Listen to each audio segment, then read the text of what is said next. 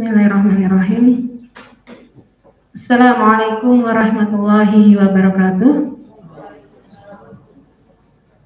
Yang terhormat Ibu Aprilia Nurul Hasanah MPD dari Universitas Negeri Tidar Kota Magelang, yang kami hormati Ketua MGMP beserta pengurus, yang saya cintai dan saya banggakan Bapak Ibu guru matematika SMP, MTS negeri maupun swasta se-Kota Magelang.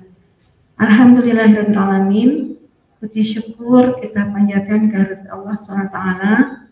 Pagi hari ini, hari Rabu, tanggal 10 November 2021, bertepatan dengan Hari Pahlawan, peringatan Hari Pahlawan Nasional. Kita mengadakan kegiatan pertemuan MGMP. Mudah-mudahan semangat para pahlawan mengalir pada diri kita, sehingga Bapak Ibu guru semuanya ini benar-benar menjadi pahlawan tanpa tanda jasa. Syukur kepada Allah SWT ini kita wujudkan dengan melaksanakan kegiatan-kegiatan yang bermanfaat, utamanya kegiatan yang berkaitan dengan pendidikan sesuai dengan tugas pokok dan fungsi kita sebagai guru. Yang pertama, kami mengucapkan terima kasih kepada Ibu Aprilia Nurul Hasanah sebagai dosen dan Ketua Prodi Pendidikan Matematika di Universitas Negeri Tidar, yang sudah meluangkan waktunya untuk memberikan ilmunya dan memberikan pengalaman-pengalaman terbaiknya pada teman-teman guru matematika. Dan juga kami mengucapkan terima kasih pada Bapak Ibu guru semuanya yang hadir pada pagi hari ini. Semoga pertemuan kita ini menjadi satu pertemuan yang barokah dan bermanfaat, ya, serta bisa kita aplikasikan, ya. Jadi ilmu setelah kita dapatkan tidak hanya disimpan saja, tapi kemudian diaplikasikan dan juga ditularkan kepada yang lain. Hari ini yang bisa hadir tentu sesuai protokol kesehatan, tidak bisa mengundang semua Bapak Ibu guru matematika se-Kota Magelang. Namun dengan upaya pengembangan teknologi, ilmu ini harapannya juga sampai pada Bapak Ibu guru matematika semuanya, dan semuanya bisa belajar apa yang kita pelajari pada pagi hari ini.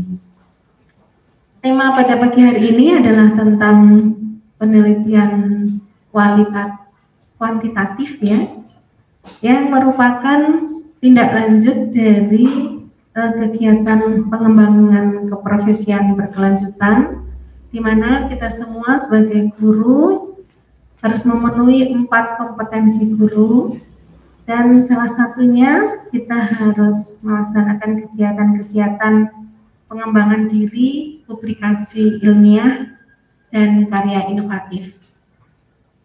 Pada masa pandemi, kita tidak bisa melaksanakan penelitian tindakan kelas karena tidak ada kelas tatap muka secara penuh.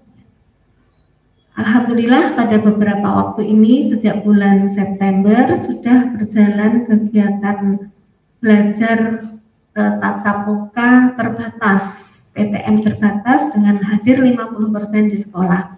Namun masih ada murid-murid kita 50% yang belajar dari rumah, sehingga masih secara blended learning.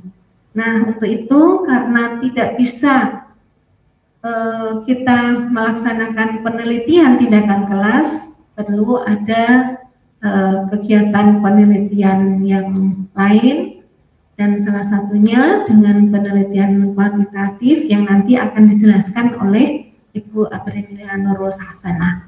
Harapannya dengan ini nanti kita benar-benar melaksanakan penelitian, ya. Bukan hanya sekedar untuk mendapatkan nilai angka kredit, tetapi untuk meningkatkan kualitas pembelajaran kita. Nah, maka kami mengucapkan terima kasih pada Bu Nurul dan juga kepada Bapak Ibu yang nantinya bisa menerapkan di sekolah. Ya. Saya berharap kemudian nanti setelah melaksanakan penelitian kualitatif apa yang telah Bapak Ibu laksanakan, ini kemudian bisa disusun laporan. Nah, nanti kami tunggu laporan dari Bapak Ibu pada akhir bulan Desember atau awal bulan Januari. Selamat dan sukses untuk Bapak Ibu guru Matematika, SMP, dan MTS Kota Magelang. Dan semoga kita bisa menjadi pahlawan pendidikan untuk anak didik kita di Kota Magelang ini. Demikian yang bisa kami sampaikan. Selamat mengikuti kegiatan. Akhirul kalam, assalamualaikum warahmatullahi wabarakatuh. Terima kasih kepada Ibu Fatin Madalina yang sudah memberikan sambutannya. Bapak Ibu, masuk ke kegiatan inti hari ini, yaitu penyampaian materi metodologi penelitian kualitatif. Kepada Ibu Aprilia Nurul Hasanah, Magister Pendidikan, dipersilakan.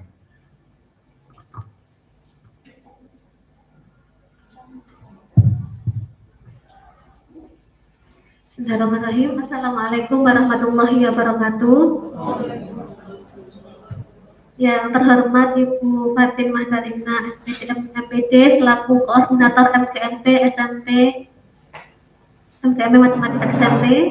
Yang kami hormati Bapak Rahmat selaku Ketua MGMP Matematika SMP, dan juga Bapak Ibu Guru Matematika SMP MTS Kota Magelang. Alhamdulillah, puji syukur pada Allah SWT pada pagi ini di suasana yang sejuk dan meneduhkan ini kita bisa bertemu bersama dalam kegiatan MGMP Matematika. Sebelumnya saya mengucapkan terima kasih kepada MGMP Matematika yang sudah memberikan kesempatan untuk bisa berbagi di sini ya, diskusi bersama di sini Bapak Ibu. Karena bagaimanapun juga MGMP ini adalah keluarga gitu ya, keluarga dari awal sebelum saya pindah di Universitas Tidar. Mungkin sudah yang lama-lama kita bersama ya di sini sama-sama dari MGMP Matematika. Dan di sini kita nanti diskusi bersama terkait materi yang kemarin disampaikan oleh panitia MGMP di sini metodologi penelitian. Tapi tadi ada yang menyampaikan kuantitatif, ada yang kualitatif. Nah, di sini saya sekalian merangkum saja untuk hari ini ya Bu, biar karena sangat berbeda dan sangat banyak aspek yang perlu diperhatikan dari masing-masing metode penelitian itu. Kita mulai di Bapak Ibu. Terima kasih. Kami lanjutkan untuk materi metodologi penelitian pendidikan. Pada intinya nanti kita mungkin Bapak Ibu sudah semua mendapatkan dulu ya perkuliahan bagaimana menulis karya ilmiah. Tapi jadi kita merefresh kembali dan harapannya nanti melalui metode penelitian belajar metodologi bergunanya untuk bisa menulis artikel ilmiah. Disampaikan tadi oleh Bu Fatin, saat ini kita belum bisa melaksanakan PTK begitu ya dengan kondisi PJJ maupun sedang PJR. Nah, oleh karena itu bagaimana alternatif kita tetap bisa penelitian dan tetap bisa menulis menghasilkan karya, dan kita akan bersama belajar di sini. Untuk selanjutnya kita melihat dulu ini dari panduan dari panduan Bapak Ibu terkait angka kredit bagi Bapak Ibu di sini. Bagaimana ada 3 hal di sini: pengembangan diri, publikasi ilmiah, dan karya inovatif. Nah, dalam menulis artikel ilmiah untuk saat ini kita belajar metodologi nanti untuk menulis atau melaksanakan penelitian. Nah, penelitian itu sendiri nanti keluarannya bisa masuk ke publikasi ilmiah, juga bisa masuk ke karya inovatif gitu. Tapi untuk hari ini nanti kita akan fokus ke satu terkait artikel ilmiah, nanti untuk bisa ke publikasi ilmiah gitu. Untuk di sini publikasi ilmiah kan banyak sekali, 10 jenis. Kalau saya panduan yang disampaikan di Permenpan, di situ ada presentasi, mulai dari presentasi hingga pedoman, hingga buku pedoman guru, gitu ya. Nah, Bapak Ibu di sini boleh memilih sebenarnya ya, boleh memilih untuk membuat karya, untuk menciptakan karya dari masing-masing jenis ini untuk publikasi ilmiah. Nah, tapi yang yang input outputnya dari penelitian kita nanti lebih tepatnya ada di artikel ilmiah, begitu ya, artikel ilmiah. Dan ini nanti mempunyai nilai yang bagus juga karena bisa diterbitkan di jurnal ilmiah, begitu. Nah, untuk menulis artikel ilmiah kita berawal dulu dari permasalahan penelitian. Mungkin Bapak Ibu, wah saya nggak mau meneliti, nggak punya masalah atau terlalu banyak masalah. Nah, sebenarnya apa sih permasalahan penelitian, gitu ya? Kalau kita memahami permasalahan penelitian, mungkin dulu ingatnya masalah yang ditemukan, anak-anak bisa ini, nggak bisa itu, materi yang ini susah atau tidak. Tapi sebenarnya permasalahan penelitian itu tidak hanya berupa masalah kesulitan, gitu ya. Jadi di sini yang saya tidak tebal itu ada kesulitan, juga ada target. Jadi misalnya di sekolah SMP 1 misalnya, ini sudah bagus semua misalnya, tidak ada masalah kesulitan, anak-anaknya, gurunya misalnya sudah bagus misalnya. Terus nggak bisa meneliti karena nggak ada masalah, sudah bagus. Gitu. Tidak seperti itu, tapi kita juga punya tadi definisi permasalahan tadi adalah sebagai target yang ingin kita tetapkan oleh peneliti. Kalau kita sebagai guru ingin mentargetkan apa untuk kelas kita, untuk sekolah kita, ya, untuk peserta didik kita mau mentargetkan apa, itu juga bisa menjadi salah satu sumber dalam penelitian kita. Jadi tidak harus masalahnya nilainya jelek terus, gitu ya. Nanti gurunya tidak menggunakan model apa-apa. Tapi di sini tidak, target pun kita bisa menjadikan itu. Saya menginginkan SMP A nanti mentargetkan kemampuan berpikir kritisnya lebih bagus, lebih meningkat. Misalnya sudah bagus, tapi ingin ditingkatkan lagi. Padahal target tidak berawal dari masalah nyata yang ada. Sebenarnya itu boleh. Jadi permasalahan itu berupa masalah pada intinya dan juga berupa target yang akan kita capai. Nah, sebelum kita nanti masuk bagaimana sih nanti menulis atau aplikasinya, harapannya setelah LGMP ini ya Bapak Ibu bisa menghasilkan walaupun satu, gitu ya, satu. Dan insya Allah karena tadi kemarin saya sampaikan ke Bupati ya, untuk LGMP ini kalau nanti kerjasama dengan prodi kami, insya Allah nanti saya mengajak dosen-dosen lain untuk mendampingi, jadi langsung saya berita dengan siapa seperti itu sampai jurnal itu publikasi. Jadi tidak cukup sudah selesai di LGMP dan dikumpulkan di itu, sampai kita linkkan ke jurnal. Nah, itu jika Bapak Ibu berkenan nanti kita bisa tidak lanjutin itu. Jadi sudah saya sampaikan di prodi juga untuk dosen-dosen yang lain masing-masing punya spesifikasi mendampingi Bapak Ibu di LGMP matematika. Insya Allah Bapak Ibu dosen juga bersedia ya untuk mendampingi. Jadi membantu mengoreksi, menambahkan tulisannya gitu. Tapi yang berperan penting pertama di sini penulis utama dari Bapak Ibu guru di sini, karena yang mempunyai kelas yang ada di sekolah masing-masing gitu. Nah, itu. Nah, sebelumnya kita melihat dulu paradigma penelitian yang saat ini atau isu tren matematika sebenarnya saat ini berkisar di yang pertama ini tadi yang sebelumnya. Nah, berdasarkan paradigma penelitian itu kan ada kuantitatif, kualitatif, ada mix method atau gabungan dari kuant dan kual, kemudian R&D atau prinsip dan pengembangan, jadi mengembangkan produk. Nah, di sini ada 4. Yang saat ini kalau di sekolah-sekolah kalau Bapak guru mungkin di PTK ya, PTK masuknya di kuantitatif. Nah, tapi di sini masih sedikit sebenarnya ya yang menggunakan mix method, kualitatif maupun pengembangan. Nah, Bapak Ibu di sini nanti ingin ranah gimana pengennya, itu nanti ada ciri khas masing-masing. Insya Allah kita bisa memandu semua, mau kuantitatif, kualitatif, mau mix maupun mau R&D, gitu. Masing-masing ada ciri khasnya. Itu kita lihat juga nanti seperti apa sih masing-masing, nanti kita akan jelaskan, gitu ya. Tapi akan dari kuantitatif dengan metodenya masih banyak yang menggunakan eksperimen karena memang memilihnya kuantitatif. Jadi di kelas memberikan perlakuan hasilnya seperti apa, itu kan salah satu eksperimen. Tapi berdasarkan yang lain, komparatif, causal effect maupun survei juga masih sedikit. PTK masih lumayan ya, 8,97. Kemudian, nah biasanya kalau PTK aspek yang dinilai atau judul-judulnya biasanya kalau nggak ada dua aspek, hasil belajar sama motivasi, misalnya itu aspeknya kan berbeda. Hasil belajar itu berhubungan dengan tes, berarti berhubungan dengan kognitif. Sedangkan motivasi, aktivitas siswa, sikap siswa, kecemasan atau apa itu adalah sisi aspek afektif. Nah, dalam penelitian itu, kalau mau mengambil satu aspek itu justru hanya satu dari kognitif saja, boleh. Oh, mau ya, hasil belajar.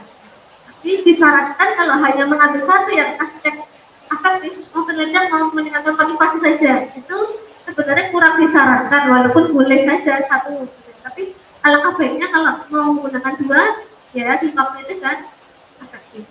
Dari judul-judul yang ada di PTK masih banyak sekali yang hasil belajar semua ya, kalau saya lihat di buku hasil belajar dan juga hasil belajar. Nah, mari kita kembangkan dari masing-masing itu hasil belajar itu banyak sekali yang agar tulisan kita juga inovatif, tidak hanya di hasil belajar. Hasil belajar itu ya indikatornya kerja ulangan, KKM, tuntas gitu. Tapi kalau kita ingin melihat tren penelitian saat ini, itu beberapa aspek di sini, mulai dari problem solving, jadi mengukur kemampuan pemecahan masalah siswa seperti apa. Kemudian pemahaman konsep, kemudian penalaran matematika, kemudian ada representasi matematika, bagaimana representasi matematika siswa kelas 7 SMP negeri 2 misalnya. Kita akan mencari itu. Judulnya jadi lebih variasi ya Bu, jadi tidak di hasil belajar saja, walaupun nanti kita ya semua itu juga hasil belajar, hasil dari perlakuan, tapi alangkah baiknya di situ kita bisa menggunakan aspek-aspek itu. Kemudian berpikir kritis, berpikir kreatif, abstraksi, komunikasi, problem posing, miskonsepsi, dan metakognisi. Itu semua yang ada di sini, itu ada indikator, ada alat ukurnya. Jadi cara membuat kita instrumen tes, itu juga bisa dipertanggungjawabkan. Gitu. Oh, saya mau mengukur miskonsepsi. Bagaimana sih buat soal-soal atau instrumen yang ranahnya mau mengukur miskonsepsi? Jadi tidak hanya soal biasa, oh ya yang penting klik soal dari buku paket atau dari internet, tanpa kita melihat indikator masing-masing kemampuan yang akan kita uji. Ya, selama ini mungkin hasil belajar ya sudah soal-soalnya itu. Yang penting ada soal sedang sukar sulit gitu ya mungkin, tapi kita bisa berkreasi di sini dengan mengambil aspek kognitif yang lain. Itu ada indikatornya, ada pedomannya, ada sumber ahli ya. Misalnya problem solving itu yang paling utama induknya punyanya Polya. Oh, indikatornya ada 5, misalnya dari identifikasi masalah, ya, perencanaan, sampai nanti bisa mengecek kembali jawaban. Itu ada indikatornya. Oleh karena itu, mari nanti jika Bapak Ibu guru ingin meneliti atau menulis artikel ilmiah, silakan, mungkin tertarik di mana, nanti kami bantu membuat instrumennya. Oh, saya kok pikir tentang komunikasi matematika, gimana ya Mbak instrumen tesnya? Nanti kita bisa diskusikan bersama membuat instrumennya. Kemudian lanjut ke, ini sangat kecil sekali ya, ini perbedaan kalau selama ini yang di tesis atau disertasi yang masih menjadi nomor 1 pembahasan di problem solving. Jadi masih matematika tadinya menggunakan kemampuan problem solving yang dipakai, yang digunakan. Jadi tidak hasil belajar lagi, tapi kemampuan pemecahan masalah matematika itu yang masih menjadi nomor pertama ya. Itu. Selanjutnya untuk aspek afektif yang sering atau yang sering digunakan dalam penelitian ya. Di sini yang paling banyak sikap siswa. Oh, pengaruh apa tentang pembelajaran matematika model A terhadap sikap siswa SMP mana. Itu banyak sekali yang meneliti tentang sikap. Tapi masih banyak outcome research. Nah, sekarang berbasis outcome ya, tidak hanya kognitif saja yang digaungkan dalam dunia pendidikan, tapi kemarin di kementerian juga diminta untuk mulai menggaungkan kembali karakter siswa. Ya, kalau saat ini malah dituntut untuk memunculkan kembali profil Pancasila. Saat ini ya di kementerian tuh kita diminta untuk menggaungkan di sekolah-sekolah profil Pancasila. Nah, itu untuk menambah karakter dari peserta didik. Apa saja yang bisa kita gunakan di situ? Bisa motivasi, bisa kemandirian, percaya diri, ya, aktivitas siswa, kayak belajarnya siswa itu juga bisa. Jadi, tidak motivasi terus hasil belajar dan motivasi, hasil belajar dan minat. Tapi bisa kita kreasikan. Saya dengan meneliti kemampuan berpikir kritis siswa dan kemandirian siswa di SMP mana, itu juga menjadi nuansa yang baru ya, tulisan yang baru daripada yang sebelumnya. Itu kemudian variabel yang lain kita bisa melihat di modelnya, settingnya, tambahan-tambahan tipe, nambah ada bumbu-bumbu lain selain variabel utama tadi kognitif, afektif. Nah, ini bumbu-bumbu yang lain bisa kita tambahin metode dengan pembelajaran apa, dengan alat peraga apa, dengan aplikasi apa. Nah, itu yang bisa kita tambahkan nanti dalam penelitian kita nanti. Kemudian, nah, kalau menurut NCTM atau Kementerian Luar Negeri gitu ya, kalau yang kompetensi yang dituntut dari SD SMA itu ada 5. Yang pertama masih tentang kemampuan pemecahan masalah, sama. Nomor 1 masih kalau matematika identik tentang kemampuan pemecahan masalah yang sering diteliti. Kemudian penalaran tadi sudah sama ya, komunikasi, koneksi dan representasi. Itu 5 hal. Tapi banyak sekali peran yang lain itu sesuai dengan yang disebutkan di sana. Nah, nanti ini seperti bekal dulu ya sebelum nanti kita menulis, menentukan judul ataupun membuat artikel. Ini contoh-contohnya saja, menggunakan kemampuan-kemampuan yang saat ini sedang tren juga. Ada kemampuan literasi matematik, literasi numerasi, itu berhubungan dengan ANBK yang banyak.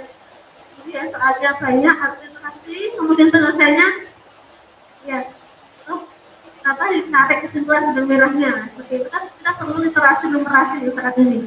Kemudian pemecahan masalah, komunikasi ya sama seperti itu. Nah, yang di bawah itu adalah variasi-variasi lain. Ya, kalau dulu di MPMP matematika ini pernah dia kerjasama dengan BMPATK tentang kemampuan spasial, ya. Nah, itu juga bagus untuk bisa dikembangkan lagi kemampuan spasial. Kemudian etnomatematika yang sekarang juga sedang banyak diteliti etnomatematika, jadi mengkaitkan kearifan lokal budaya di sekitar kita untuk bisa dijadikan penelitian ataupun bahan atau sumber belajar. Gitu. Nah, untuk saat ini tahun ini baru kami dari Prodi Matematika baru menggunakan 4 sekolah ya di SMP Kota Magelang untuk bermitra. Gitu. Nanti siapa tahu bisa berkembang kembali gitu ya. Terus saat ini baru SMP Negeri 1, SMP Negeri 2, SMP IT dan SPTH. Jadi yang kami teliti untuk mitra etnomatematika. Kemudian kami juga sedang mengembangkan tentang kebutuhan khusus gitu. Gimana membuat perangkat atau media atau pembelajaran untuk ABK. Ya, itu. Jadi yang lain nanti bila saja itu dulu. Lanjut saja. Nah, ini yang disampaikan di peraturan permen tadi, ya. Saya ambil di kementerian. Di sana kuantitatif, ada kualitatif dan ada campuran. Nah, di sini Bapak Ibu untuk hari ini tadi kuantitatif atau kualitatif ya Pak? Tadi kan juga ya. Jadi mungkin saya memberikan poin-poinnya dari masing-masing berawal dari kuantitatif dulu. Kalau kuantitatif memang cirinya kita melakukan perlakuan gitu ya, kemudian menganalisis datanya, membahasnya nanti dengan uji statistik atau perhitungan. Tapi kalau kualitatif itu lebih nanti tidak pakai hitung-hitungan atau statistik sebenarnya, jadi lebih ke penjelasan kita, tulisan kita. Gitu. Nanti saya berikan contoh judul-judul masing-masing seperti apa atau kalau buat kuantitatif ataupun yang campuran. Lanjut, ini tema-tema penelitian kuantitatif. Ini tema-temanya. Jadi kuantitatif dulu. Ya, cirinya kuantitatif itu dengan kata-kata itu biasanya komparasi, pengaruh, dan eksperimen. Kalau eksperimen judul-judulnya biasanya menggunakan efektivitas, pembelajaran apa, untuk meningkatkan apa, itu eksperimen. Untuk mencari efektivitas, karena justru nantinya pembahasan pasti akan menggunakan uji statistika, ya. Kemudian komparasi, itu membandingkan, ya, pembelajaran. Nah, di sini contohnya kan perbandingan materi di masa sebelum dan setelah DPR, ataupun kita bisa mencari perbandingan model A dan B, gitu ya. Ada kelas itu yang paling berpengaruh, bagus, memberikan efek yang mana, model A atau model B. Itu tadi kita membandingkan, itu komparasi. Selama ini ya Pak Ibu kan punya kelas, kemudian mengajar ya, model menggunakan, yang satu menggunakan Zoom, yang satu menggunakan Google Classroom saja gitu. Nah, nanti akan terlihat bagaimana hasilnya. Jadi itu berarti maksudnya kuantitatif, jadi komparasi, jadi membandingkan nanti. Nah, kemudian pengaruh ya dan lain-lain. Jadi kalau ini kualitatif, kalau yang kualitatif sebenarnya lebih mudah ya, lebih mudah, tidak mudah uji-uji dan kita subjeknya tidak terlalu banyak, boleh gitu. Jadi studi kasus atau fenomenologi di sini bisa dalam beraspek ada 5. Kalau mau mengkaji di model pembelajarannya berarti kita ingin menganalisis gitu ya, implementasi model pembelajaran menggunakan aplikasi apa di sekolah mana. Kita kan melihat itu. Jika itu menjadi kualitatif, maka kita hanya melihat perlakuan selama ini gimana, kita tulis yang ditemukan bagaimana. Waktu implementasi itu yang ditemukan ternyata anak-anak satu potret, ada yang mudah, ada yang kesulitan gimana. Nah, itu tidak menggunakan tidak menggunakan uji statistika untuk menghitungnya. Gitu. Itu kemudian persepsi siswa boleh. Nah, persepsi siswa terhadap pembelajaran daring, misalnya ya, selama pandemi COVID. Kita menyebar saja angket, kemudian wawancara, kita tulis yang ditemukan apa, persepsinya bagaimana. Ternyata persepsinya banyak berapa persen. Kalau secara hitungan kan tetap pakai kuantitatif ya, persen, tapi nanti dibasarkan. Jadi anak-anak ini seperti ini, siswa pembelajaran daring kurang menarik misalnya, atau sangat misalnya ditemukan banyak satu kelas yang tidak suka atau nilainya menurun, hasil pekerjaannya juga. Nah, seperti itu bisa dituliskan dengan kata-kata, tidak langsung nilai seperti di kuantitatif. Jadi deskripsi saja nantinya. Nah, itu. Lanjut, kemudian kita akan belajar atau R&D, jadi campuran. Kalau ini sedang sangat disarankan ya, kalau sudah di perguruan tinggi sedang disarankan di R&D ini, artinya membuat produk ada hasilnya juga diimplementasikan. Jadi misalnya di sini pengembangan metode pembelajaran daring menggunakan aplikasi Google Classroom di SMP Negeri 3, atau pengembangan model pembelajaran apa dipilih, kemudian pembelajaran ABC misalnya ya, menggunakan aplikasi Microsoft Teams 365 gitu, pada sekolah mana. Ini juga contoh R&D. Atau pengembangan bahan ajar. Bapak Ibu juga membuatkan selama BDR ini membuat video, membuat bahan ajar, itu sudah merupakan R&D sebenarnya. Video itu bisa juga sebagai bentuk itu sudah produknya. Ya, video yang selama ini di-share anak-anak gitu ya, menggunakan WhatsApp misalnya atau Google Classroom, itu dijadikan tulisan saja sudah bagus. Dan jadi kalau R&D tidak terlalu banyak untuk kita penerapan di kelas, harus berapa siklus itu tidak. Tapi produk utama kita lihat di produk, diuji cobakan sebentar, diujikan sebentar, itu bisa atau tidak, dan kemudian nanti ditulis saja seperti itu. Nah, nanti arahannya untuk lebih lanjut kan biasanya langsung enaknya langsung praktek ya kalau ibu ya.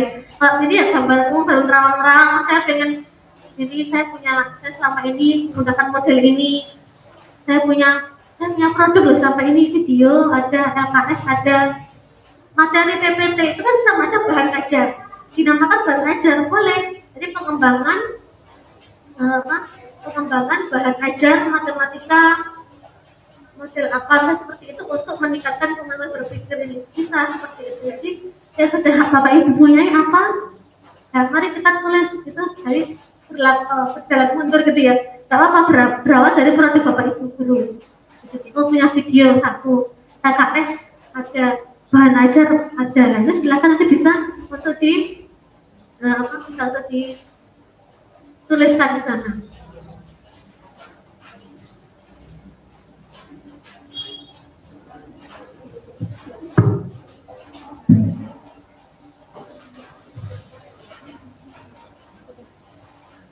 Sekarang karena tadi mintanya kuantitatif dulu, maka saya jelaskan yang kuantitatif dulu. Ini kalau di perkuliahan satu metode ini kita satu semester ya, dari satu semester ini tentang metode penelitian. Jadi pas saya pengampunya, jadi sebetulnya kuliahan itu tentang metode penelitian pendidikan satu semester, kita membedah kuantitatif seperti apa, kuantitatif RFD. Sama di sini kita di eksperimen dulu. Kuantitatif salah satunya bentuknya adalah eksperimen dan ada non eksperimen ya, kuantitatif itu. Nah, kita akan belajar desain eksperimen dulu. Eksperimen berarti nanti kita melakukan ya, kita sebagai guru, sebagai artisnya ya, kita punya kelas. Nah, kita mau eksperimen di kelas kita masing-masing. Nah, desain penelitian eksperimen ini juga dibagi lagi. Ya, dibagi lagi. Nah, di sini ada pre-experimental design, ada true eksperimen, ada quasi eksperimen. Kadang kalau kita tidak belajar ini, ada yang saya harus pakai berapa kelas ya? Satu kelas saja cukup enggak? Atau butuh 3 kelas? Atau 2 kelas? Kadang kan bingung. Nah, di sini kita akan mencari perbedaan masing-masingnya. Ya, kita mulai dari pre-experimental design. Pre-experimental ini, experimental design ini ada 3 kalau di panduan yang di permen itu. Tapi di tempat saya ada 4 sumbernya. Jadi ini belum saya tambahkan yang sesuai dengan panduan yang bisa Bapak Ibu guru ya di permen 4 itu. Yang ada one shot case study ya. One shot case study itu bagaimana? Kalau di situ kan keterangannya, ini saya jelaskan lagi dengan gambarnya. Saya baca di situ dulu. Kalau one shot case study, terus itu di kasus 1 tembakan, ini adalah dalam desain penelitian ini terdapat 1 kelompok, ya. Hanya 1 kelompok diberi perlakuan. Oh, kita punya 1 kelas, itu menjadi 1 kelompok diberi perlakuan. Oh, saya mau model apa? Model A di kelas ini. Oh ya, dilakukan itu, haruslah itu diberikan apa di situ. Setelah itu diobservasi, hasilnya bagaimana. Nah, sudah setelah hasilnya jadi jelas bagaimana. Nah, itu singkat sekali ya. Harus diukur hasilnya dengan perlakuan yang sudah ada tesnya. Kemudian one group pretest post test design ini harus ada pretest dan post test ya. Jadi sebelum diperlakukan suatu model atau perlakuan pembelajaran diberi pretest dulu. Kalau yang tadi, WordPress nggak pakai itu, langsung aja perlakuan, tidak punya data awal pretestnya. Tapi kalau one group pretest post test harus punya dulu, pretest belum dipapakan, kita sudah nyiapkan soal dulu. Kemudian diberi perlakuan, kemudian baru di post test. Nah, kita akan melihat saja yang penjelasan ini ya. Satu persatu, one shot case study tadi. Contohnya di sini ya, siswa BDR. Ini sudah ada di panduan, saya hanya menjelaskan untuk memperjelas ya. 1 kelas atau 1 kelompok tadi diberlakukan, misalnya pertama menggunakan PowerPoint dengan video. Menggunakan apa? MS Team, Microsoft Team. Sudah pakai itu, kemudian diberi tes, diberi ulangan atau soal gitu ya, ada hasilnya, kita simpan hasil pertama. Kemudian masih kelas yang sama, anak yang sama, kelompok yang sama, baru diberi lagi. Kalau saya ganti ngajarnya pakai video, saya menggunakan PPT tapi Zoom. Ya, dimana lagi diberi materi lagi, kemudian diberi tes, dapat hasilnya yang kedua. Kemudian lagi yang ketiga saya menggunakan yang lain lagi video tapi Microsoft Word gitu ya. Nah, dari semua teman tadi mana penilaian atau hasil yang rata-rata paling bagus, yang memberikan rata-rata yang bagus. Nah itu bisa menjadi satu penelitian tapi yang menggunakan one-shot case study. Ini cuma satu kelas. Ya. Jadi, nah pada desain ini perlakuan berulang dengan jenis yang berbeda, tetapi siswanya sama, ya, siswanya sama satu kelas. Tadi tidak usah pakai kelompok-kelompok, tidak usah dipakai apa. Oh ya, ini sekelas ini diberi perlakuan 3 kali. Nah, itu namanya one-shot case study. Karena kuantitatif berarti nanti menghitung nilainya harus ada ya, karena berbasis data. Kalau kuantitatif ini rata-ratanya bagaimana gitu. Dan kuantitatif itu tidak selamanya harus uji ya, rata-rata saja itu sudah kuantitatif ya, seperti PTK itu kan cuma dilihat rata-ratanya ya, siklus 1, 2, 3 begitu kan. Nah itu untuk yang langsung case study. Nah di sini saya berikan gambarannya. Jadi satu kelas ada perlakuan baru diberikan post test, tidak usah di awal sebelum enggak ya. Jadi cukup perlakuan kemudian terakhir post test. Ada berapa lagi? Tes lagi, perlakuan tes lagi. Menggunakan apa di sini? Uji statistikanya cukup menggunakan min rata-rata hasil post test, lalu dibandingkan dengan standar yang diinginkan. Misalnya KKM berapa? Ada standarnya ya, KKM 5. Kira-kira berapa persen sih yang sudah memenuhi itu?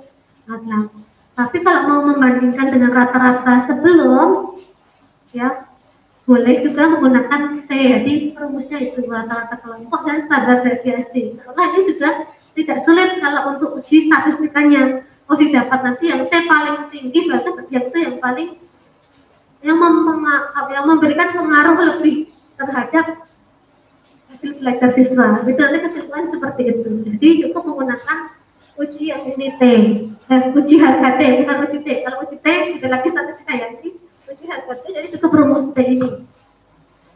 Ini yang cukup sekelas saja perlakuannya yang kita berulang-ulang variasi. Kemudian one group pretest post test design, satu kelompok pretest post test gitu ya, diberi pretest. Ini ada alurnya sudah enak, diberi seperti ini ya. Dan satu kelompok ya tidak ada dibagi kelompok-kelompok, tapi di sini diberikan perlakuan dengan pretest dulu, ya, diberikan pretest dulu. Nah baru nanti ada lagi setelah pretest baru diberi perlakuan yang akan kita inovasikan. Itu pakai apa? Microsoft Teams atau Zoom atau mau Google Classroom ya, atau Praga, itu kan tidak selamanya harus aplikasi yang modern. Kita juga bisa menggunakan alat peragaman yang berarti juga boleh, atau dari barang-barang yang ada sekitar itu juga boleh. Nah kemudian di sini ada syaratnya, soal pretest dan post test harus sama. Kalau yang ini ya, jadi ya sebenarnya kalau dilihat ya pasti bagus itu ya, kalau pretest dan post test sama harusnya gitu. Jadi kan sudah pernah mengalami ini, diberi perlakuan kemudian nanti post test dapat lagi soal yang sama, itu pasti harusnya bisa lebih bagus gitu ya. Tadi syaratnya itu. Kalau PTK kan lanjut terus, tidak sama gitu ya. Kita yang penting materinya siklus 3 ada 3 kali ya, berikan perlakuan tes 3 kali, soalnya berbeda sesuai dengan materi lanjutannya. Tapi kalau yang ini di sini soal pretest dan post test sama, jadi yang digunakan lagi setelah perlakuan diberikan lagi soal itu. Kemudian baru merumuskan tadi dengan analisis kuantitatif, nah baru bisa kita membuat kesimpulannya. Itu ya, untuk gambarannya begini. Jadi satu kelas perlakuan sekali sebelum dan sesudah ada T1 dan T2, ini perlakuan itu. Nah, kemudian tambahan di sini adalah status group comparison atau randomized control group. Di sini menggunakannya 2 kelas, lebih disarankan gitu ya. Kalau tadi masih bereksperimental ya.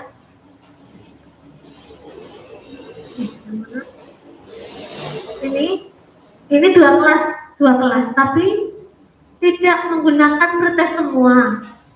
Ya, yang kontrol biarkan tidak berlaku. Jadi punya 2 kelas. Saya ngajar kelas A dan B. Yang kelas pertama ini yang eksperimen saya berikan perlakuan baru ada post test. Yang kelas kontrol tidak diberi pretest, tidak diberi perlakuan, tapi nanti di akhir sama-sama waktu materi sama-sama selesai, sama-sama diberikan post test dengan soal yang sama. Nah, itulah. Ini juga rancangan ini ya digunakan 2 kelompok subjek. Dan uji statistikanya baru menggunakan uji T. Nanti tinggal menggunakan SPSS, hasilnya dimasukkan saja. Muncul nilai signifikansi dibaca di situ. Nilainya 0, berapa tuh? Gimana tuh kata-katanya? Itu sudah ada panduannya ya. Kita bantu, nggak paham ini. Ini berpengaruh seberapa besar pengaruhnya, atau ngaruh nggak sih? Atau ternyata sama aja, atau berapa nilainya 0, berapa tidak berpengaruh. Sudah kita lakukan dengan perlakuan, ternyata model itu nggak berpengaruh juga, nggak ngaruh. Nah, itu juga bisa jadi gitu. Jadi kita itu nanti diolah uji statistikanya ini. Bagaimana Bapak Ibu, ada pandangannya? Oh, saya pengen 1 kelas aja, saya punya 2 kelas. Nah, itu bisa ya, nanti bisa disampaikan lebih nyaman yang mana begitu Bapak Ibu. Oh, saya pengennya 1 kelas, saya punya 2 kelas, tapi bagusnya yang ada 2 begitu. Kalau kami sarankan ke anak-anak, ke siswa kami juga yang 2 yang ada kontrolnya gitu ya. Walaupun boleh yang tadi boleh. Kemudian yang intact group comparison ini tadi. Nah, ini keterangannya sangat banyak ya. Nah, di sini ada macam-macam ya, kecil-kecil ya. Wah, Ibu bisa dilihat di slide-nya di HP mungkin di sini ya. Jadi subjek yang di sini, misalnya ya dianggap 1 kelompok, yang 1 sedang di rumah, yang 1 di sekolah, kan dua hal yang berbeda ya di situ ya. Ada PDR, ada yang sedang ikut kita di kelas. Itu juga boleh di sini rekayasa kelompok. Jadi siswa tadi dibagi menjadi 2 kelompok. Nah, kita yang konsentrasinya kelompok satunya kita memberikan perlakuan di rumah, yang satu lagi kita memberikan perlakuan di kelas.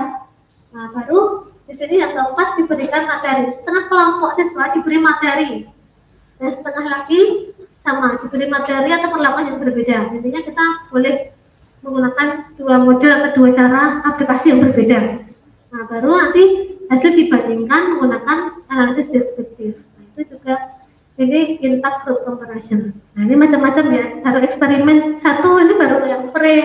Itu saya sudah banyak. Tadi semakin kita belajar kita tidak semakin variasi dalam meneliti dan tidak mudah menyalahkannya. Ada yang nggak boleh cuma 1 kelas, sedikit sekali untuk seperti itu. Padahal ada tipe-tipe yang seperti itu, boleh juga. Ya, ada yang kok nggak dikasih pretest, harusnya kan penelitian harus ada pretest. Ada yang takut seperti itu, padahal nggak juga. Tergantung tipenya yang mana. Ya, semakin kita belajar banyak tipe-tipe ini, maka kita akan lebih bijaksana ya untuk mengambil nggak pakai pretest, mungkin berarti pilih yang ini. Ya, seperti itu. Nah, kita pilih apa Ibu mau yang seperti apa begitu ya. Kemudian through eksperimen yang tadi saya jelaskan panjang, tadi ada intact, one test, two shoot seperti itu baru pre-eksperimen, artinya eksperimen yang bukan eksperimen sebenarnya. Boleh saja digunakan karena masih sederhana, tapi hasilnya memang dipertanggungjawabkan boleh. Hanya saja keakuratannya mungkin ya berbeda gitu. Yang true gitu ya, nanti kita akan bicara true eksperimen berarti kan sudah nyata atau benar-benar, mungkin bisa dikatakan 90 ke atas. Yang ini ya kurang dari 90, 80-an begitu. Kalau sudah boleh pre-eksperimen tadi.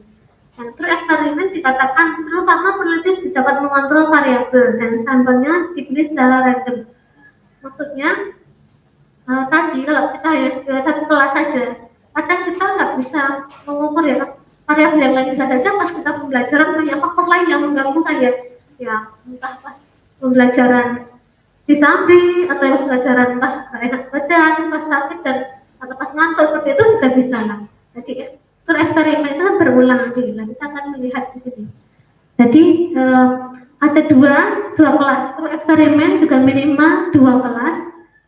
Post test only, control design. Jadi di sini diberikan nilai ini hanya post test saja. Kita menyiapkan soal hanya terakhir setelah perlakuan. Jadi instrumennya tidak punya 2 kelas, kita menyiapkan post test. Nah di sini diberi perlakuan 1 kelas saja, 1 enggak. Ada nilainya yang O1, O2. Nah pengaruh tadi dianalisis dengan uji beda dengan statistika sudah jadi langsung muncul hasilnya. Oh ternyata perlakuannya model ini memberikan pengaruh atau tidak. Nah itu untuk yang ini yang sudah masuk true eksperimen. Nah, ya, true eksperimen. Bisa juga yang pretest post test, jadi menggunakan dua-duanya. Nanti uji pengaruhnya masih menggunakan sama tes, hanya saja pengaruh perlakuan tadi ada solusi dari nilai O2 mesti post test dengan pretest, post test dengan pretestnya dibandingkan.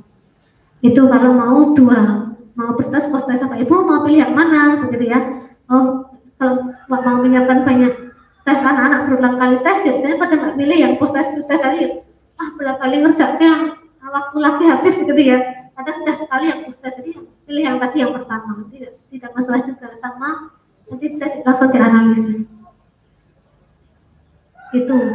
Nah untuk yang eksperimen sudah selesai, yang eksperimen sudah selesai Bapak Ibu. Jadi yang eksperimen ada yang apa tadi pre, ada yang true eksperimen.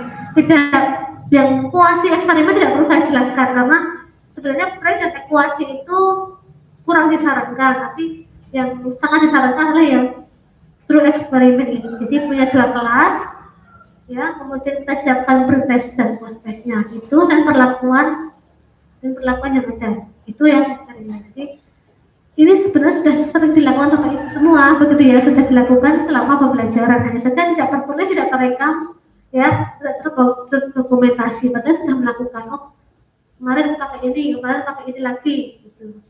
Nah itu nanti bisa kita bantu untuk saya punya ide ini, katanya siap membantu ya untuk mengawal begitu. Nah kemudian yang non eksperimen ini banyak sekali ya Bapak Ibu, tentang ada penelitian deskriptif, survei, ekspos dan macam-macam. Nah nanti saya berikan materinya saja lah, mungkin lebih ke diskusi untuk menentukan judul ada ide-ide Bapak Ibu. Pengennya seperti apa atau sudah punya rancangan paling enggak. Nah nanti kita sama-sama gitu ya. Kalau tadi dari Bu Fatin menghendaki nanti Desember atau apa sudah jadi gitu ya. Nah, sudah ada laporannya. Kalau itu nggak laporan, Bapak Ibu bisa langsung jalan utama gitu ya, jalan utama langsung ke artikel gitu. Tapi mengikuti template-nya. Nah kita menyiapkannya hasil pembahasan gitu, hasil pembahasan ini nilai-nilai dikumpulkan analisisnya apa begitu. Nah ini contoh penelitian deskriptif. Kalau ini deskriptif jadi hanya menggambarkan kondisi, ini bukan non eksperimen, tapi masih masuk ke kuantitatif ya. Jadi misalnya kemampuan perkalian, kita ingin tahu saja bagaimana sih kemampuan perkalian anak SD misalnya. Oh, artinya gimana? Berapa itu misalnya itu. Kemudian berapa jam rata-rata waktu yang digunakan siswa dalam belajar mandiri.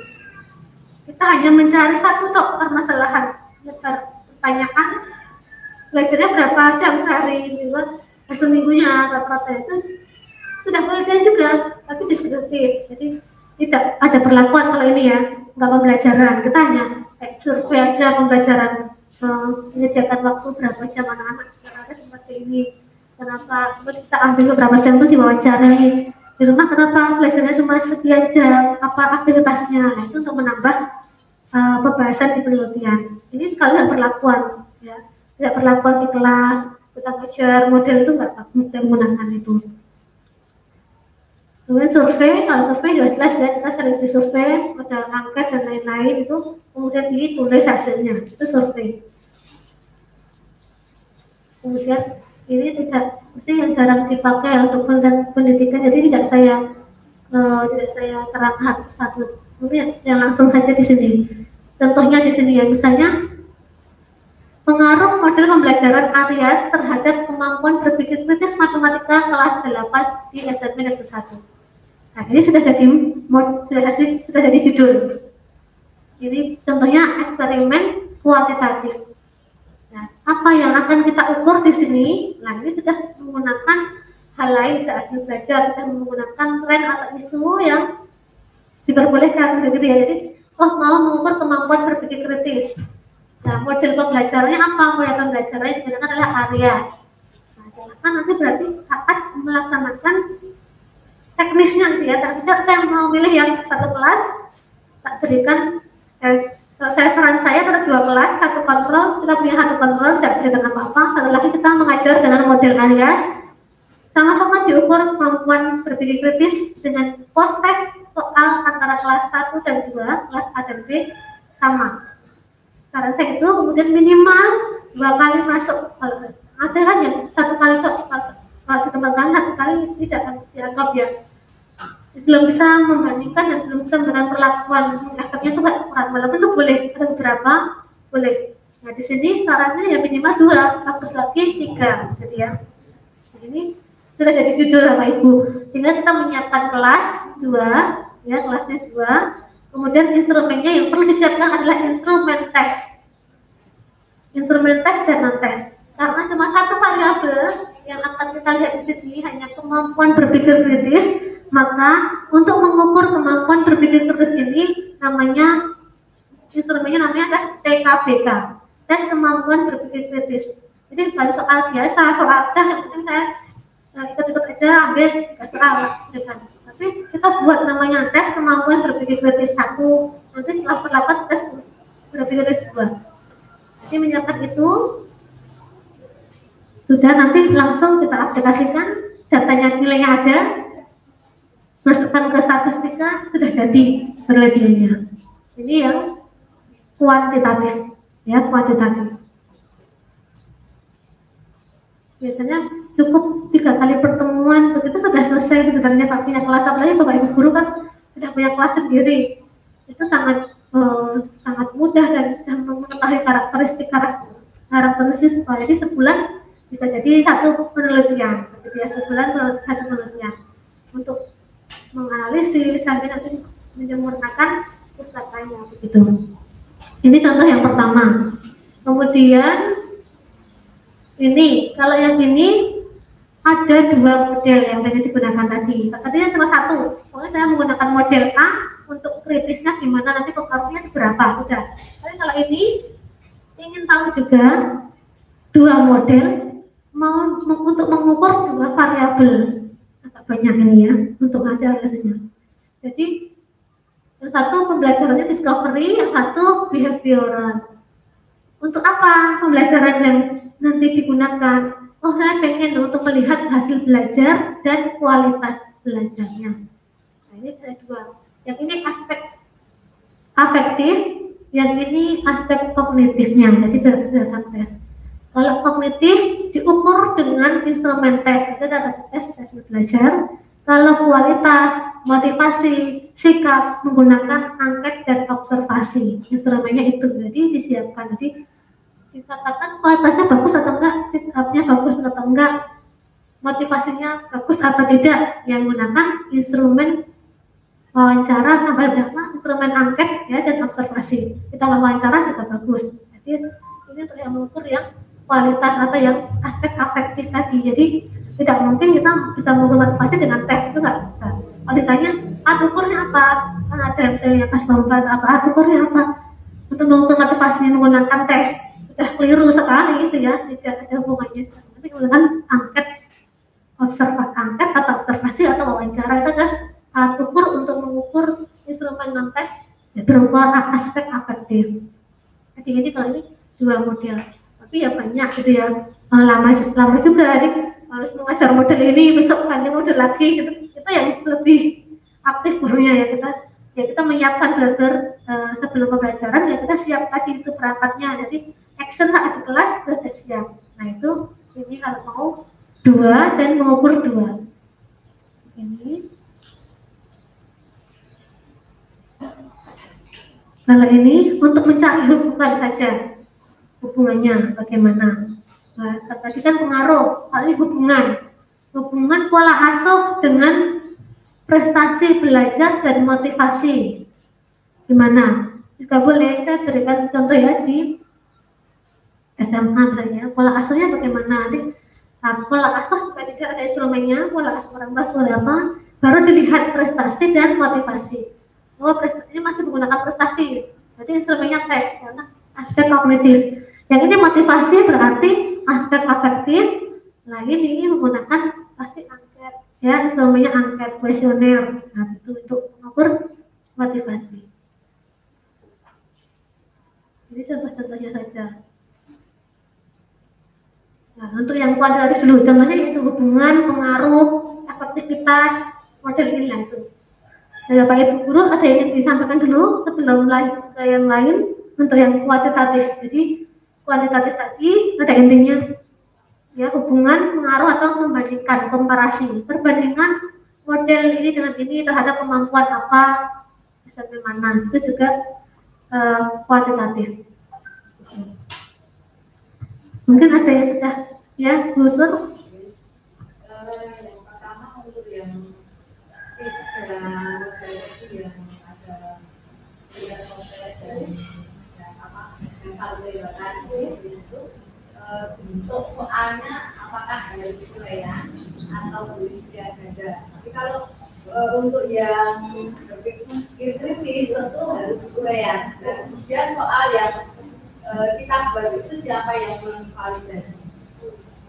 Terima kasih Gusur. Untuk soal yang tadi yang ada macam-macam bereksperimental tadi ya, itu kan nanti juga berhubungan dengan kemampuannya diukur Bu. Kalau mau hasil belajar ya berarti soal pada umumnya saja ada sukar, mudah, sedang. Boleh. Ya, untuk pengukuran seperti ini, untuk pengukuran yang seperti ini, sebaiknya memang kalau ingin melihat ranah pekerjaannya itu sebenarnya uraian. Tapi sekarang sudah bisa pilihan ganda pun kita juga bisa pilihan ganda yang hot gitu ya, seperti RBK atau terus apa kayak sekarang itu juga hot gitu kan, saya seperti itu. Tapi terkadang nanti pilihannya kita membuat yang bagus itu ya, bukan ada kayak open ended. Jadi ada caranya juga membuat soal pilihan ganda yang memang itu sudah masuk ke kriteria itu. Tapi bagusnya tidak hanya pilihan ganda yang umum, juga ada pilihan ganda 2, uraiannya 1 tadi untuk mengukur cara berpikirnya biar bisa melihat alurnya begitu Bu. Jadi boleh saja sekarang kan semuanya juga banyak yang aplikasi sehingga mudah ngorasinya juga itu kan menggunakan pilihan ganda semua. Tapi membuatnya itu tidak langsung ini jawabnya ketemu A1, 2, B2 itu kan langsung bisa saja satu A dengan yang lain tidak bejat-bejauan ya, bisa mikir A, B, C, D. Tapi saat dibuat pilihan ganda, tapi pilihan ganda yang hot atau pilihan ganda yang memang mengarah ke indikator, misalnya nanti ada soal bangun ini panjangnya ini panjang, lebar, tinggi, kemudian Ani mengukur ketemunya 100, sedangkan Budi mengukur kok 200 ya, misalnya dan cara lagi sih. Kemudian pernyataannya yang A, yang jawaban optionnya jawabannya A, pilih jawaban Andi benar, jawaban Budi yang benar.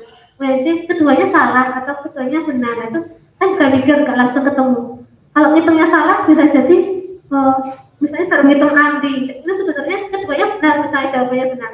Tapi baru ngitung yang Andi saja sudah benar, langsung jawab yang A. Belum lanjut kan ngitung yang pilihnya B, mereka sama-sama itu juga bisa bernilai benar gitu ya. Jadi ada analisis di situ untuk soal pilihan ganda, jadi boleh saja Bu. Karena tipe itu, dan yang validasi harapannya tidak kita sendiri ya, kalau kita sendiri baca itu kadang ya sebenarnya capek lah, gak ada kurang, tapi saat dibaca orang lain minimal partner dalam satu sekolah itu kan ada tim matematikanya saling membaca, ataupun di MTMP ini juga boleh, atau kita melibatkan karena kita sudah ada universitas ya Bu, ada unidar misalnya, boleh perangkatnya oleh Ibu Guru diserahkan ke kami, misalnya dibantu untuk validasi juga boleh. Jadi kami pun kemarin malah memvalidasi dari guru Purworejo. Kita belum pernah tahu orangnya, bapak ibu gurunya seperti apa, tapi tiba-tiba melalui mahasiswa kami seperangkat itu dititipkan.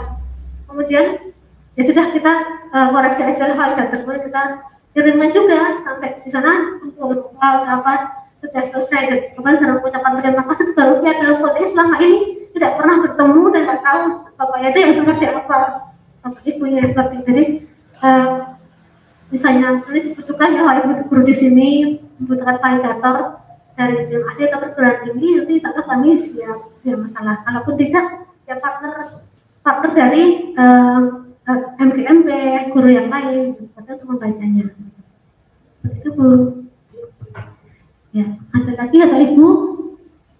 Nggih, berita. Assalamualaikum warahmatullahi wabarakatuh. Yang saya tanyakan ini kondisi pandemi kita tidak sama PTK. Ini bukannya ilmiah, bukan guru diarahkan untuk membuat best practice. Nah, ketentuan pembuatan best practice itu yang sesuai untuk guru itu seperti apa rambu-rambunya, sehingga kita bisa tahu bedanya antara penelitian yang dilakukan guru dengan penelitian yang dilakukan di perguruan tinggi. Karena yang saya tahu itu ada perbedaan. Kemudian sebagai contoh, kalau di perguruan tinggi kita melakukan penelitian itu ada kelas kontrol, ada kelas eksperimen. Nah, kalau untuk penelitian guru untuk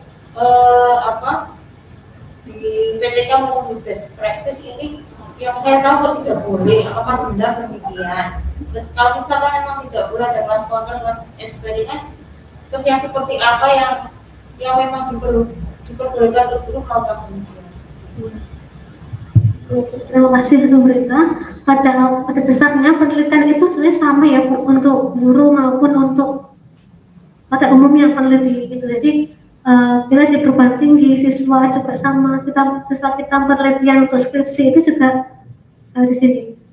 Hanya saja kalau PTK karena itu sekarang kan ranahnya ke guru, karena yang mempunyai kelas, yang punya kelas dan sudah bersinggungan lama, yaitu kemudian kita tahu di sini menggunakan cukup satu kelas itu. Kalau PTK justru malah tidak menggunakan kelas lain, tapi perlakuan kelas itu terus dengan perlakuan.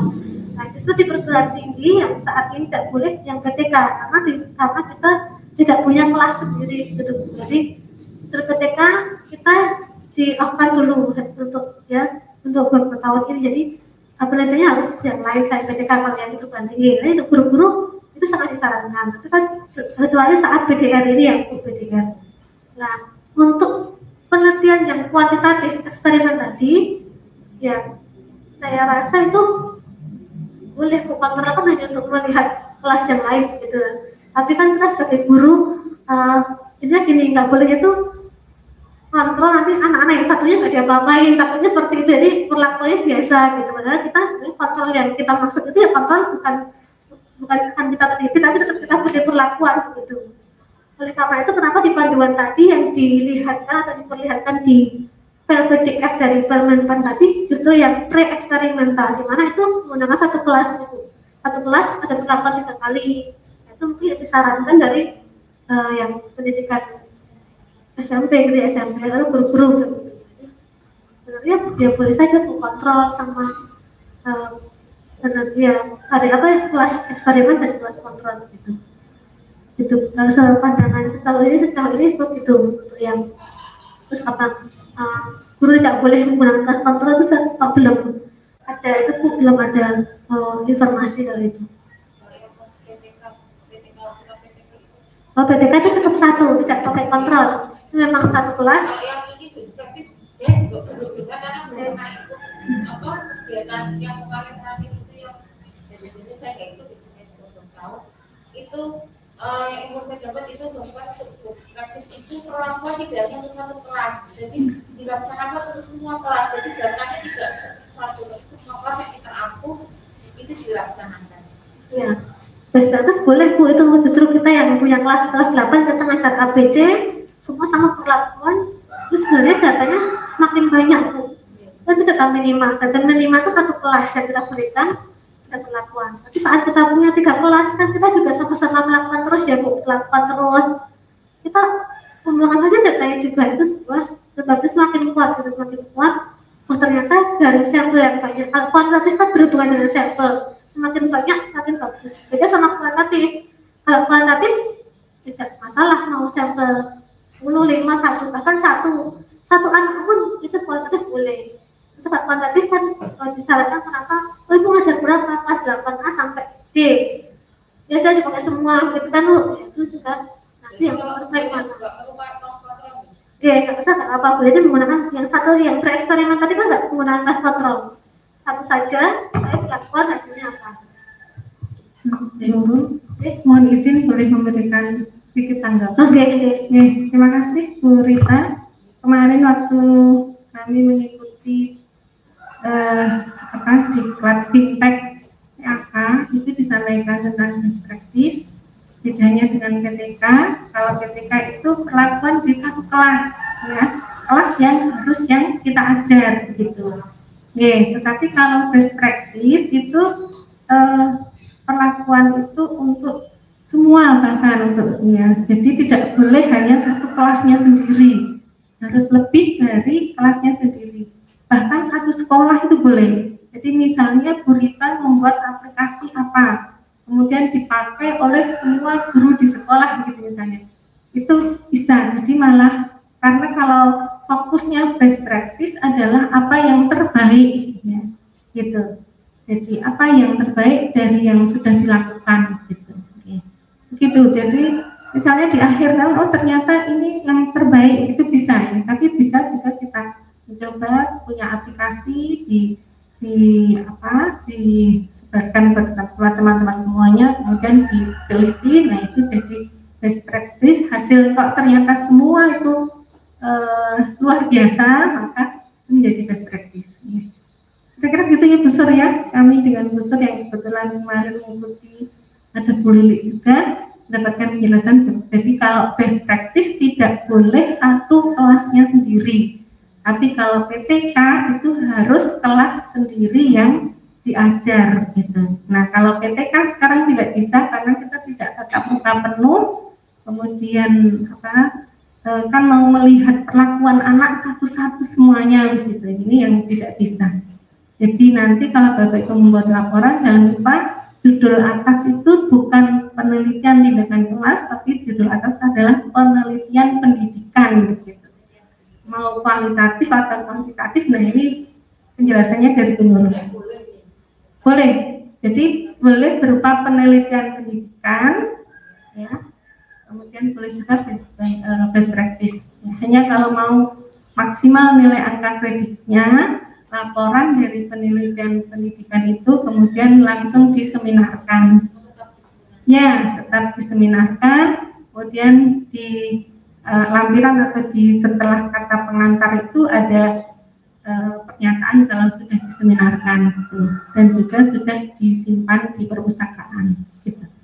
Kalau best practice hanya sampai dengan disimpan di perpustakaan, ya.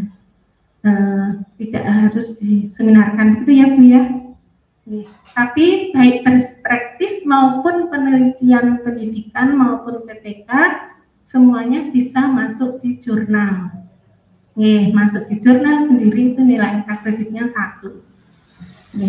Demikian, terima kasih. Kalau PTK atau penelitian pendidikan kemudian diseminarkan, didokumenkan di perpustakaan, lengkap laporannya, pengesahan kepala sekolah ada, jadi nilai angka kreditnya 4. Gitu. Penelitian cukup sampai pengesahannya cukup sampai kepala sekolah. Gitu. Terima kasih, mohon maaf menyelam Bu Nurul. Lanjutkan. Teknisnya saya kurang paham kalau teknis perhitungannya berapa gitu ya, 41. Tapi misalnya sudah di laporan pun lengkap, masih kita bisa laporan lengkap itu sudah bernilai 4 ya Bu. Kemudian publikasi di jurnal tambah 1. Dari laporan 1 saja itu bisa kita uraikan jadi 4 jurnal. Nggak bisa Bu, jadi artikel bisa lagi, kita bisa membuat jadi 4 jurnal atau 2 jurnal, seperti itu kita bisa dari laporan utama. Nah, membreakdown itu bisa membreakdown beberapa artikel itu bisa. Jadi kalau sudah punya laporan utama sudah disimpan di perpus, kan eman-eman kalau disimpan belum kita publikasikan, artinya Yang baca kan terbatas. Saat sudah publikasi, ide kita, ilmu kita begitu terbaca ya di masuk jurnal, kan terindeks Google, berarti bisa berbagi untuk orang lain, gitu ya, berbagi orang lain bahkan sedunia, begitu, karena bisa melihat tulisan kita. Itu harapannya tidak selesai di perpus, gitu ya, bisa diartikan ke jurnal-jurnal. Oke.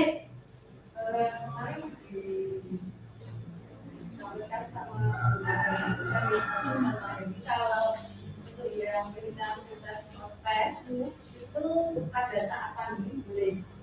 Nah, kalau kemudian kita ini masuknya separuh-separuh, laksanaannya melaksanakan proses itu bagaimana?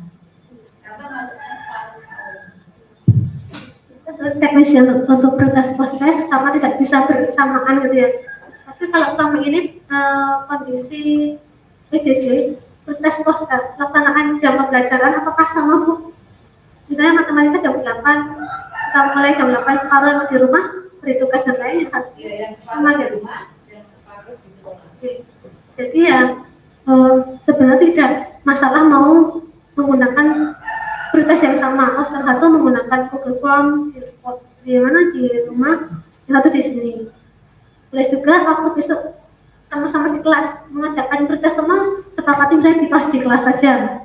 Jadi misalnya tidak, walaupun mungkin ya kita pintar-pintar mungkin, siapa tahu masuk aja ini, jadi ya kedua udah bagus semua, itu antisipasinya kan begitu. Jadi kalau mau berbeda berarti kita menyiapkan dua instrumen mungkin yang agak berbeda, tidak sama persis, tapi secara materi konten mirip, gitu ya, mirip. Kalau itu mau dipisah, jadi sesuaikan prioritasnya atau post-test pasti kelas semua itu boleh, atau barengan yang satu dalam Google Form atau di kelas, jadi sama-sama boleh. Dan nanti juga nggak tahu ya anak-anak di rumah ini diajari atau diapa itu ya, itu faktor-faktor lain yang tidak penelitian kita, sebenarnya nggak apa-apa, nanti kita bisa lihat. Bagaimana Bapak Ibu, masih ada? Oke, jadi cukup ya itu yang kuantitatif. Kita melihat sekilas sebentar saja. Nanti kalau kuantitatif memang yang tadi ada hitung-hitungannya. Nah, kalau untuk yang nggak mau hitung-hitungan, nggak mau uji statistika, itu juga boleh kita ke yang kualitatif. Jadi cuma menganalisis. Jadi contoh yang kualitatif. Kualitatif itu sama, kita memberikan perlakuan di kelas sama, kemudian kita memberikan tes juga sama. Tetapi nanti kita menguraikan, ya, ditemukan apa, menganalisis saja, gitu ya. Ini yang analisis kemampuan literasi matematika ditinjau dari intuisi dan karakter. Nah, itu berarti nanti kita kalau ada peninjauan kan, dari hasil analisis itu ada peninjauan bagusnya, jadi tidak untuk sekelas. Jadi misalnya mau meninjau, ditinjau dari intuisi atau karakternya atau gaya belajar. Kalau yang pernah yang saya lakukan ini semua ya sudah, tapi yang paling mudah gaya belajar. Saya kita mau menganalisis gaya belajar A, B, C, D. Gaya belajarnya masing-masing anak kan berbeda. Oh, saya ingin tahu ya gaya belajar yang A ini ya, mengukur kemampuan literasinya gimana. Yang A, yang ketika belajar A itu tinggi literasinya atau bagaimana, itu bisa diambil satu sampel saja. Itu cuma 4 orang yang kita teliti, kemudian kita ekspor, terus jadi penelitian begitu. Nah, tapi dengan syarat peninjauan ini harus punya instrumen bakunya. Jadi bisa mengatakan anak itu gaya belajarnya A, siswa itu gaya belajarnya B, itu kan tidak asal juga ya. Jadi akan ditanyain terus pasti kalau kita ya. Nah, kalau memang Bapak Ibu menghendaki pengen yang peninjauan gaya belajar atau apa, ya, saya punya tes bakunya, tes gaya belajar David Cobb, dari David Cobb itu kita pengembangan itu untuk ukur gaya belajarnya siswa. Jadi saat ada instrumennya mengisi, kemudian nanti ada hasilnya, misalnya A itu anak A, siswa A, skornya 7,5. 7,5 berada di kuadran 1, berarti berada di gaya belajar tipe A. Nanti ada anak lagi pas mengerjakan instrumen itu, ketemunya min 5,7 misalnya, min 5,7 di kuadran 3. Tipe belajar tipe 3, itu ada alat ukurnya Bapak Ibu. Jadi kalau pengen kalau mau gitu ya, pengen tentang gaya belajar, dan tetapi share juga tidak masalah. Hari sudah ditentukan gaya belajar, ternyata sekelas ini yang gaya belajar A ada 10, yang B 20, tapi yang C cuma 1 anak, itu bisa jadi ya. ternyata jadi instrumen baku itu memang dari ahli psikolog dan lain-lain ya. Begitu. Itu kemudian yang lain penjenjangan atau lain-lain, ada contoh-contohnya Pak Ibu. Kemudian kalau mau RRD itu pengembangan perangkat, bisa sudah punya LKS, RPP, apa itu, slide PPT atau video, berarti maksudnya ke sini. Pengembangan perangkat pembelajaran matematika nanti apa, modelnya terserah, dan untuk mengukur apa, itu tipe-tipe yang pengembangan, tipe-tipe pengembangan. Begitu. Ini untuk, nah, jurnal-jurnal sangat banyak ya Pak Ibu, jurnal-jurnal nanti kita bisa kajian di matematika ini. Nah, jurnal itu kan banyak untuk publikasi, ada yang ber-ISSN tidak terakreditasi, itu sudah ber-ISSN. Ini sangat mudah untuk masuk ke sini ya Pak Ibu ya. Nah, kita Prodi Pema juga mempunyai ini, kalau ingin masuk ada dua, jurnalnya ada dua, boleh mengisi di sini Pak Ibu. Kemudian yang terakreditasi itu ada peringkatnya juga jurnal ya. Jadi ada ranking 1 sampai ranking 6. Itu jurnal di Indonesia sudah terakreditasi Sinta ini, Sinta 1 itu berarti ranking 1, Sinta 6 berarti ranking 6, jadi semakin bagus Sinta 1. Di situ untuk masuk ke sana ya perlu persaingan, ada review berulang kali sampai tulisan kita bagus dan bisa dinyatakan diterima. Terus yang terakhir adalah terindeks Scopus, jadi reputasi internasional. Ya ini yang apa yang nilainya sangat besar pasti ya Bu, akan melebihi mungkin 4 itu berapa waktu, tapi ini sudah yang paling tinggi itu yang terindeks Scopus gitu. Nah Bapak Ibu di sini harapannya laporan rutin kita itu sudah selesai di perpustakaan, tidak selesai dibukukan, tapi mari kita publikasikan dengan membuat akun di Google Scholar. Bapak Ibu sudah punya Google Scholar? Nah itu untuk mendokumentasikan semua tulisan kita selama kita membuat tulisan. Nanti kita bisa melihat sekilas ini di Google Scholar, bisa membuat akunnya.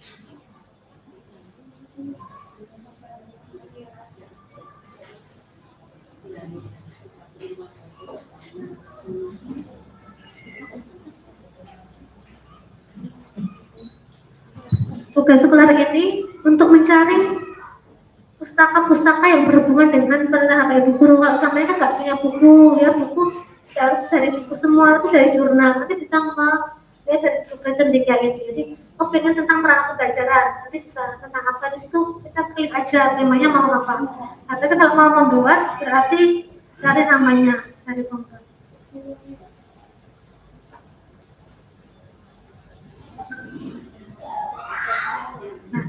Ini akan terlihat tulisan kita saat sudah masuk ke jurnal, otomatis langsung masuk ke Google kita, Google Cendekia kalau kita sudah punya akunnya.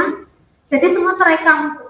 Dan itu kalau mau dilihat orang lain dirujuk ya, ada orang mana, fakultas lain atau guru mana mau membuat tulisan merujuk tulisan kita, menggunakan karya kita, langsung kena citasi. Jadi ada yang merujuk. Jadi akan terlihat tuh yang pernah dirujuk ini, misalnya ini sudah dikutip oleh 4 orang misalnya di sini ya.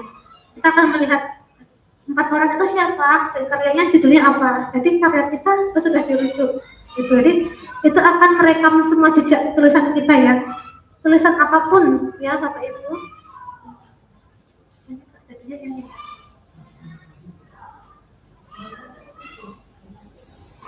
Ini semua ada di sini.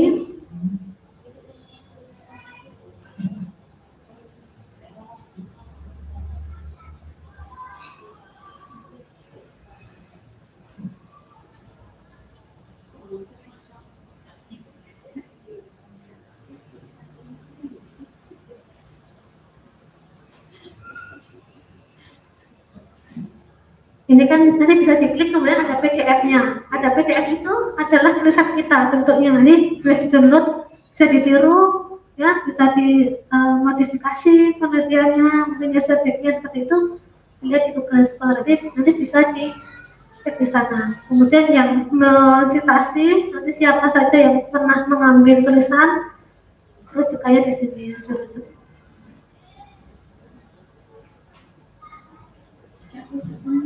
Ini ya.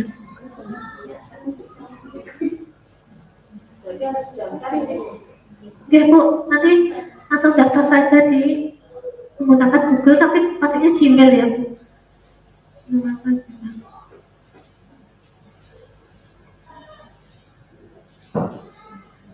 Nanti bisa mendaftar untuk ini. Nanti ada otomatis, kemudian setiap tahunnya, oke.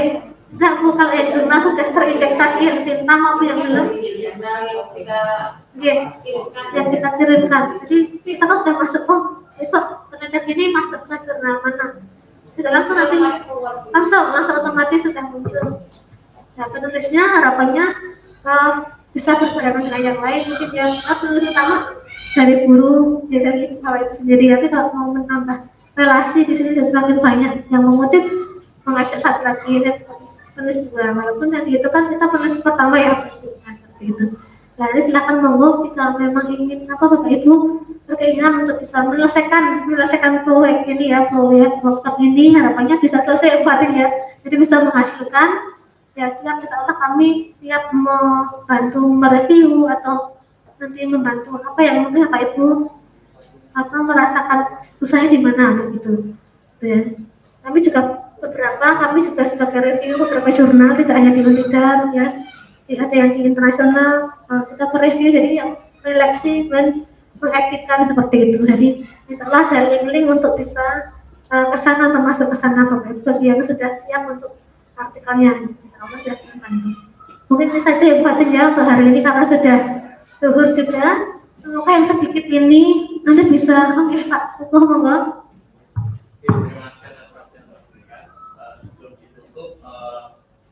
Kami ingin menanyakan sebagai anggota BNPB seandainya dari kami ada yang berminat untuk menulis bahkan sampai jurnal itu prosesnya gimana? Apakah lewat pengurus atau langsung ke pembimbing dari untuk proses pembimbingan nanti monggo kalau misalnya MKMP mau misalnya Bu yang mau menulis sudah punya tulisan ini, kemudian nanti kami yang membagi dosennya boleh. Tapi kalau saya belum ada, misalnya kok ini langsung ke kami, nggak apa-apa Pak Adi sudah punya tulisan ini Bu atau konsultasi apa, biasanya kami lewat email, nggak apa-apa, dikonfirmasi, nanti saya bantu ke teman-teman kabarnya ya, saya minta teman-teman untuk mengkoreksi. Jadi teman-teman sudah saya tembusi dari awal untuk kerjasama MKMP ini. Jadi teman-teman mohon bantuannya, ini kerjasama juga ya, salah satu kerjasama menambah poin juga kami di prodi kami Pak untuk bisa membimbing guru-guru dan MKMP daripada kita membimbing yang di luar-luar juga, mengambil magelang juga ada, insya Allah kita sudah siap. Jadi monggo teknisnya mau MKMP memberikan kelompok ini, misalnya mau sendiri ataupun mau satu sekolah namanya ganti-ganti tulis pertamanya, gitu nanti ya ada masing-masing punya tulisan, tapi biar Bapak Ibu sekali terbit itu dapat 3, itu kan bisa tak pokok punya, kemudian keluarnya punya, tak berdua, kemudian satu aku jadi penulis pertama, itu bisa penulis pertama, tapi yang aku ikut jadi penulis kedua, saya seperti itu juga boleh. Jadi untuk menambah koleksi kita di Google, tapi pada intinya penulis pertama tadi ya memang benar-benar ya melakukan penelitian pertama itu. Teknisnya monggo nanti bisa mungkin didiskusikan ke MKMP atau bisa langsung juga tidak apa-apa Bu, misalnya kalau MKMP Mas Gelang bisa langsung tidak apa-apa. Ada lagi apa Ibu? Belum ditutup? Itu sudah ya untuk ini karena waktu sudah mepet. Nanti kami bisa semoga sedikit ini ya bisa memberikan wawasan kita untuk diskusi bersama. Harapannya tidak berhenti di sini untuk materi saja Bapak Ibu, tapi bisa menghasilkan karya dan sangat senang sekali kalau memang bisa berkolaborasi dalam penelitian. Artinya nanti kami juga ikut di artikel seperti itu juga apa, tapi kami bantu proses untuk bisa tembus ke jurnal, bisa menambahkan pustakanya gitu kan. Kata Pak Ibu, saya punya gelondongan begini Mbak artikelnya, terus saya mentok tulisnya sama bisa segini gitu saya ya. Buat dipermak-permakan gitu ya, dipermakan, dibantu apa ya, tambah bumbunya biar masuk ke jurnal gitu. Insya Allah kami siap ya, dengan kita belajar biar ada apa, insya Allah kami siap untuk membantu dan diskusi bersama biar sama-sama paham dan nanti bisa menghasilkan itu. Kita Ibu, itu saja yang saya sampaikan. Mohon maaf jika banyak hal yang kurang berkenan atau yang belum pas. Saya mohon maaf. Wassalamualaikum warahmatullahi wabarakatuh. Waalaikumsalam warahmatullahi wabarakatuh. Tepuk tangan yang meriah untuk kajian kita. Alhamdulillah. Terima kasih Nurul. Monggo Pinara tunjuk dulu.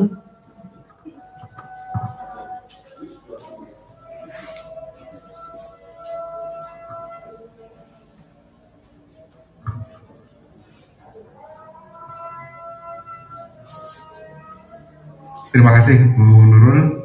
Mudah-mudahan ini nanti ada tindak lanjutnya dan bisa menghasilkan karya. Amin. Bapak Ibu sudah sampai penghujung acara. Terima kasih atas kehadiran semua. Terima kasih Pak Agus sudah melegaknya, sudah apa? Niatnya itu sudah. Oke. Terima kasih. Baiklah, kita akhiri pertemuan hari ini kembali dengan berdoa, semoga perjalanan kita nanti sampai ke sekolah masing-masing tiba selamat dan bisa melanjutkan aktivitas. Berdoa dimulai.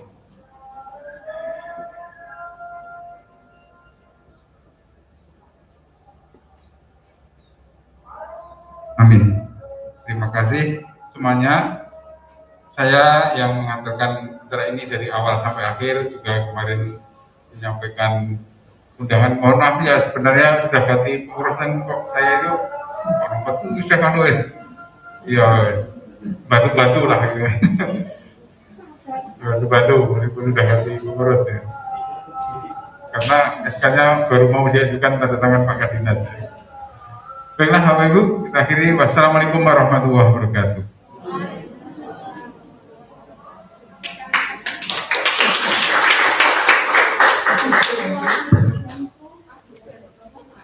Terima kasih Bapak Ibu.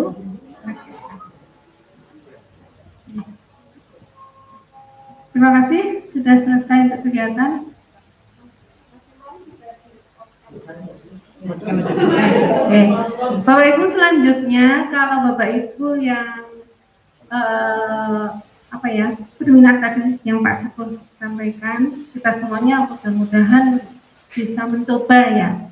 Nah, matematika insya Allah sangat-sangat relevan kalau mau melakukan penelitian kuantitatif. Mohon maaf tadi di surat undangan tertulisnya kualitatif ya, mohon maaf saya kurang mencermati, tapi ternyata kualitatif maupun kuantitatif bisa kita laksanakan penelitian di masa pandemi. Hanya biasanya kan kita tidak pakai uji T dan sebagainya. Nah, ini bisa dilakukan seperti itu. Oke. Terima kasih Sugeng Kondur, matur nuwun. Kalau tidak bawa mantel ya tetap tinggal di sini. Oke, mudah-mudahan sehat semuanya ya. Untuk tindak lanjutnya nanti bisa lewat grup saja. Kalau misalnya yang mau mendaftarkan atau bagaimana, nanti biar dari pengurus menyampaikan di grup. Matur nuwun. Assalamualaikum warahmatullahi wabarakatuh.